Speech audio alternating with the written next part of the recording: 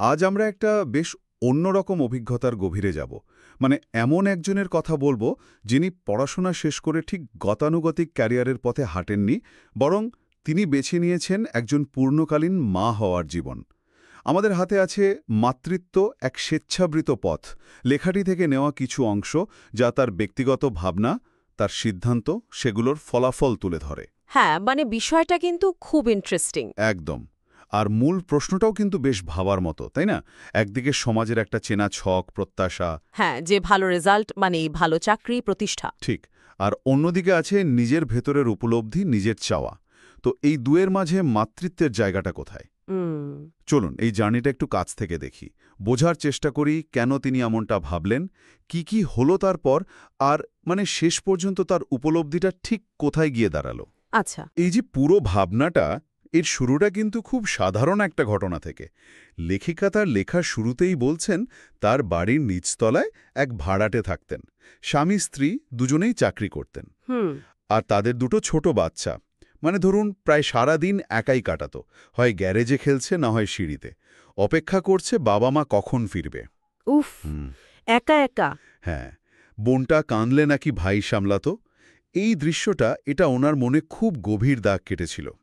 উনি ভাবতে শুরু করেন শহরের এই জীবনের বাস্তবতা নিয়ে, যেখানে হয়তো বাবা মা দুজনেকেই বেরোতে হয় জীবিকার জন্য। হ্যাঁ, এটা তো সত্যি, অনেক পরিবারই এটা বাস্তব। তো আমার প্রশ্ন হলো, এই যে পর্যবেক্ষণ, এটা কিভাবে ওনার নিজের জীবনের সিদ্ধান্তকে মানে প্রভাবিত করল? এখানেই তো আসল ব্যাপারটা। মানে উনি সজ্ঞানে জেনে বুঝেই স্রোতের উল্টো দিকে গেলেন, যখন উনার বন্ধুরা মানে সমবয়সীরা সবাই হয়তো ক্যারিয়ার গোছাচ্ছে। হ্যাঁ, চাকরি, প্রমোশন এসব নিয়ে ব্যস্ত। কাছে মাতৃত্বটাই আগে। উনি বলছেন সন্তানের জীবনের প্রথম কয়েকটা বছর, মানে একদম শিশুকালটা, ওটা অমূল্য। আচ্ছা। ওই সময়টার ফিরে আসবে না। কেরিয়ার তো পরেও গড়া যেতে পারে, কিন্তু বাচ্চার ওই প্রথম কয়েকটা বছর, ওটা চলে গেলে তো গেলই। খুব গুরুত্বপূর্ণ একটা পয়েন্ট। এটা ওনার একেবারে ব্যক্তিগত উপলব্ধি, বুঝলেন? কিন্তু এর মধ্যে দিয়ে উনি আসলে একটা বড় প্রশ্ন তুলে ধরছেন। জীবনের কোন জিনিসটা বা কোন সময়টা বেশি দামি? ঠিক।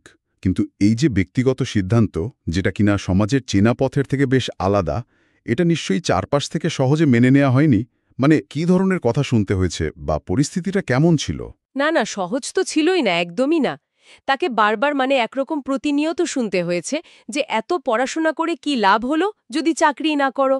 হা, এটা তো খুব কমন একটা কথা। হ্যাঁ, এমনকি শোনা যায় তার শ্বশুরও নাকি সরাসরি বলতেন, পড়াশোনা করে জীবনে কি করলে যদি দুটো টাকা আয়ই করতে না পারলে। আচ্ছা। ওই যে লেখাতেও আছে, একটা জব করতে পারলাম না, কি করলাম জীবনে আমি, এই ধরনের মন্তব্যগুলো, এগুলো তো বিরাট একটা মানসিক চাপ তৈরি করে, তাই না? অবশ্যই। এটা তো শুভ নিজের পছন্দের বিষয়ে থাকছে না তখন। একদম।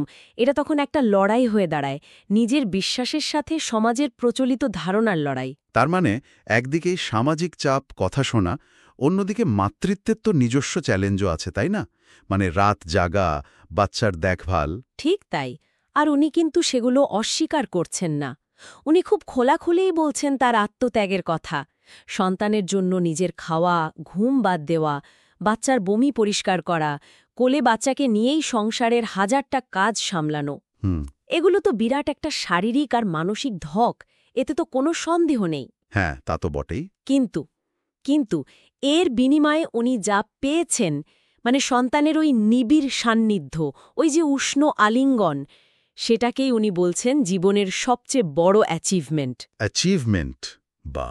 হ্যাঁ, ওনার কাছে মাস শেষে ব্যাঙ্ক অ্যাকাউন্টে টাকা ঢোকার থেকে এই মুহূর্তগুলোর দাম অনেক অনেক বেশি।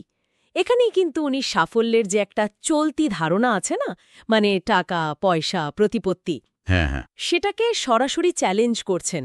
উনি দেখাচ্ছেন যে আর্থিক সচ্ছলতার বাইরেও অন্য কিছুকে জীবনে অগ্রাধিকার দেওয়া যায় এবং সেটাতেও সার্থকতা খুঁজে পাওয়া যায়। তবে একটা জিনিস আমার খুব ভালো লেগেছে, উনি কিন্তু কর্মজীবী মায়েদের প্রতিও খুব শ্রদ্ধাশীল। একদম। উনি বলছেন যে নিজের সন্তানকে অন্য কারো কাছে রেখে কাজে যাওয়াটা যে কতটা কঠিন, সেই যন্ত্রণাটা উনি বোঝেন। এটা কিন্তু ওনার অবস্থানটাকে আরও মানবিক করে তোলে, তাই না? ঠিক বলেছেন। আর এখানেই ওই স্বেচ্ছায় বেছে নেওয়া বা ভলেন্টারি চয়েস, এই ধারণাটা খুব গুরুত্বপূর্ণ হয়ে ওঠে। উনি কিন্তু বারবার জোর দিচ্ছেন, আমি এটা স্বেচ্ছায় বেছে নিয়েছি কারণ আমি মা হতে চেয়েছিলাম, কেরিয়ার চাইনি। এই স্বেচ্ছায় ব্যাপারটা ইম্পর্ট্যান্ট। হ্যাঁ, কারণ যখন চারপাশের সবাই অন্য কথা বলছে, অন্য পথে চলতে বলছে, তখন নিজের সিদ্ধান্তে অটল থাকা সেটার একটা অন্য মানে আছে। এটা আমাদের ভাবায় যে নিজের ইচ্ছায় কোনো পথ বেছে নেওয়া আর পরিস্থিতির চাপে পড়ে কোনো পথে যাওয়া, এ দুটোর মধ্যেকার আসল ফারাকটা কোথায়, বিশেষ করে যখন সেই সিদ্ধান্তটা সমাজের তৈরি করা ছকের বাইরে যায়। তাহলে পুরো আলোচনাটা যদি একটু গুছিয়ে আনি, আমরা দেখছি একটা স্পষ্ট টানাপোড়েন। একদিকে সমাজে নিজেকে প্রতিষ্ঠা করার ইচ্ছে, ক্যারিয়ার, টাকা পয়সা, পরিচিতি। যা আমরা সাধারণত সাফল্য বলে ধরে নিই। ঠিক। আর অন্যদিকে আছে মাতৃত্বের একটা খুব ব্যক্তিগত, নিবিড় অভিজ্ঞতার মধ্যে দিয়ে জীবনের মানে খোঁজা, একটা অন্যরকম পরিপূর্ণতা পাওয়া। দুটো পথের প্রতিটিরই নিজস্ব চ্যালেঞ্জ আছে, আবার প্রাপ্তিও আছে। আর এই অভিজ্ঞতাটা আসলে আমাদের একটা খুব মৌলিক প্রশ্ন নিয়ে ভাবতে বলে, কি বলেন, যে জীবনের সার্থকতা সেটা ঠিক কিসে মাপা উচিত? সমাজ যে মাপকাঠিগুলো তৈরি করে দিয়েছে সেগুলোই কি সব? নাকি ব্যক্তিগত অনুভূতি, আবেগ, মানসিক শান্তি, ভালোবাসা, এই বিষয়গুলোকেও সমান গুরুত্ব দেওয়া উচিত? একদম। এমনকি যদি তার জন্য সমাজের চেনা পথটা ছাড়তেও হয়। আর সবশেষে ওই শব্দটা, বেছে নেওয়া, এই শব্দটা বিভিন্ন মানুষের কাছে বিভিন্ন পরিস্থিতিতে ঠিক কতটা আলাদা অর্থ বহন করতে পারে। হ্যাঁ, এই প্রশ্নগুলো সত্যিই ভাবনার। এগুলো হয়তো শ্রোতাদের জন্যও রইল।